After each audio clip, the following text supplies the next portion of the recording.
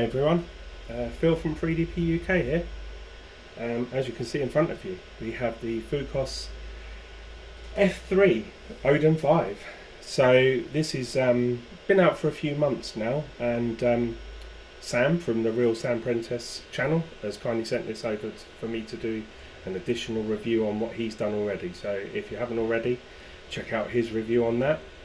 So today all I'm going to do really is just go over some of the specs that are available on this. This is one of the first foldable printers, so in other words you can pretty much take it anywhere you want to. That's not going to require too much space, it's not going to be too cumbersome in terms of travel. Literally I've just set it up now, just running a quick print on it just to see how the settings are. I'm probably going to create my own Cura profile for this, but for the time being I'm just going to go with what SD card was left in there, so I'm not quite sure what's going to be the outcome of the actual outcome of the print that I put on, but I'm going to just give it a go. So some of the specs for this, so it's a 235 by 235 bed on the X and Y, and then on the Z it's 250mm. Also, as you can probably see, it's a dual Z axis. The print surface is, the print bed is aluminium as well, so it's solidly mounted. Adjusted from the leveling is manual, however, there's no bed sensor on that. But what I will say is that there are some, there's a firmware that allows you to select points on the screen. That's quite easy to do following the actual touch screen. The print surface supplied is like a tempered lattice glass, or as the website would state, it's like a carbon crystalline silicon glass bed, which appears to be very similar to like the Creality, the CR6. The bed that ships with the odin-5 boasts like easy print removal, but once it's cooled down, of course.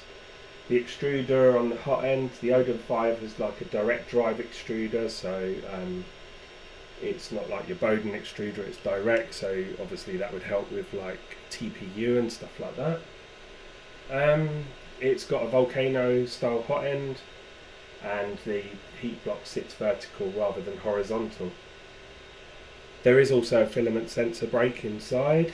So the display on this is a 3.5 inch, which is perfect in its colour as well. And the firmware on it is a Marlin-based open source as well, meaning so you should be able to get support fairly easy for this. It's a MakerBase MKS Robin Nano 32-bit board with removable silent stepper motor drives as well. One of the neat firmware abilities on this is the baby steps as well, which I've actually used already on this because I felt there was like a little click on where the nozzle was hitting the print, so I've already used it on that. Some of the other features of this, it's an all aluminium extrusion construction. As you can see, it's fairly solid. No juddering during the print, which is great. So the Z-axis, as I said earlier, it's a dual Z screws on either side on a cross member. So the rigidity of that, it means your prints are going to be like great.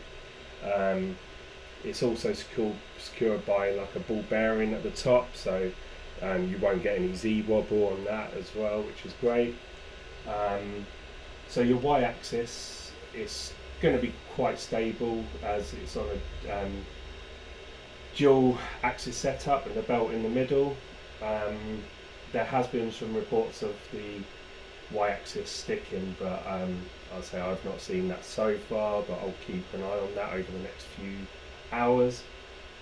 The X-axis is very familiar to like the Ender 3 style printers, and the tensioner on this is identical to the Y-axis with adjustment with a hex bolt on the end. So yeah, which is just here. So like I said earlier, the foldable design, which is great, which means that it literally, you could take it anywhere, and it's not going to be too much of breakdown in terms of like taking it all apart. You could literally just take a few bolts off and folds down, which is great.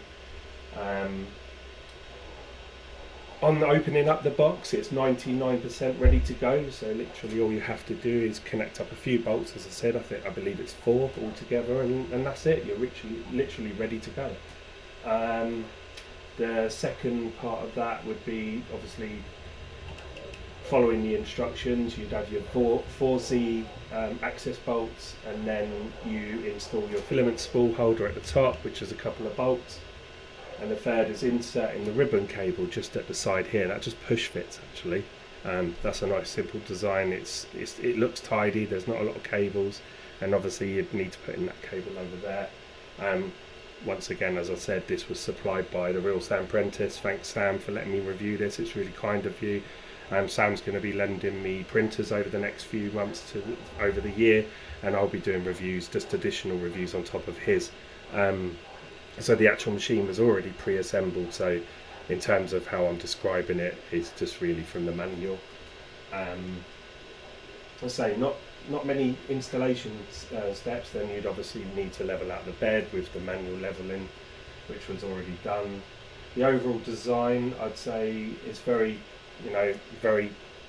sleek, I guess you would say, very like modern. The screen in the middle is good. There's no storage boxes or anything like that, so I mean there's absolutely no reason why you can't put something on yourself. But I say this is a nice sort of starter printer, and I think you can pick it up for about £240 now on Amazon. I believe they've even got a voucher going at this very moment, which is 25% off, so you could even get it cheaper than that. The overall footprint of it is 250mm by 410 on the height, which includes the spool holder. So in comparison to say other printers, it sort of could be compared to Creality Ender 3V2, the Creality CR6 SE and the Beaker B1, so they're sort of the comparisons, but be it how you would want to say whether it is in comparison with that, but that's its direct competitors that they're saying. My overall thoughts on this: it's a great option if you're new to 3D printing, because the simplistic way of having to put it together, that obviously was great for a new starter into the 3D world. There is some, like I say, manual leveling that you'd need to do, so you still need some sort of follow the instructions and have some sort of guidance in that respect. So there's no bed sensor on that. So it was quite quick really to set up, so like I say, not many steps, so that is obviously attractive to most of the basic users. I would recommend this as a viable printer. It's not that expensive, so great for entry level, and I believe there's a great group on Facebook and other online groups that you could share or even request some information on this and support.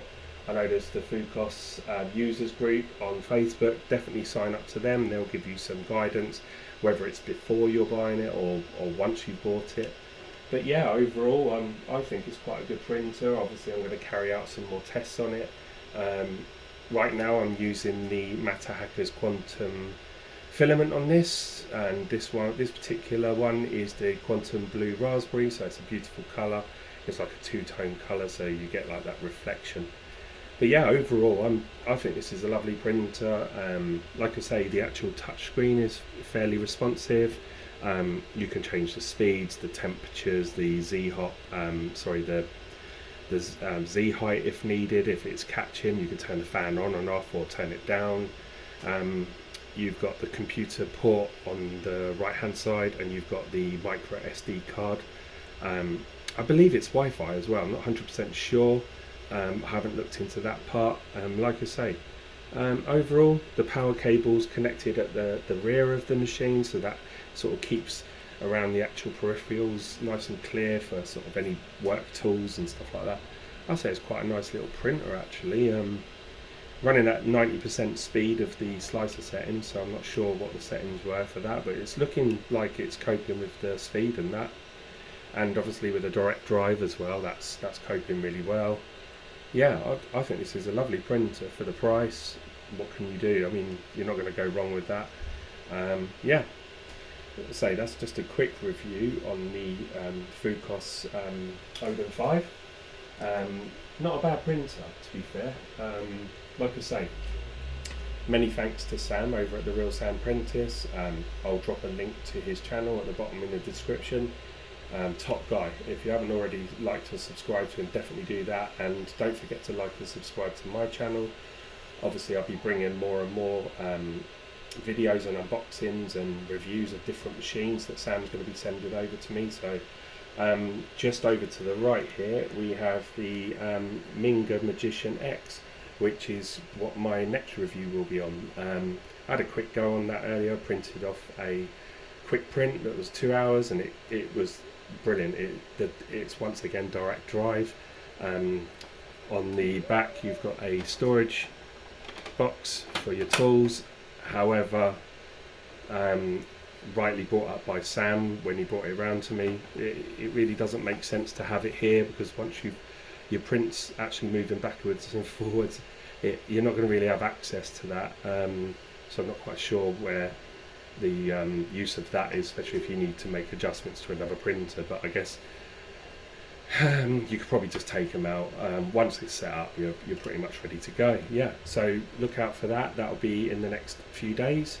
Going back to the FOKOOS, that for me is definitely a good printer to go for. If you're not gonna think about spending too much money, this is definitely something that I would consider, with the fold down as well. So for the, like I say, the easy travel, why not?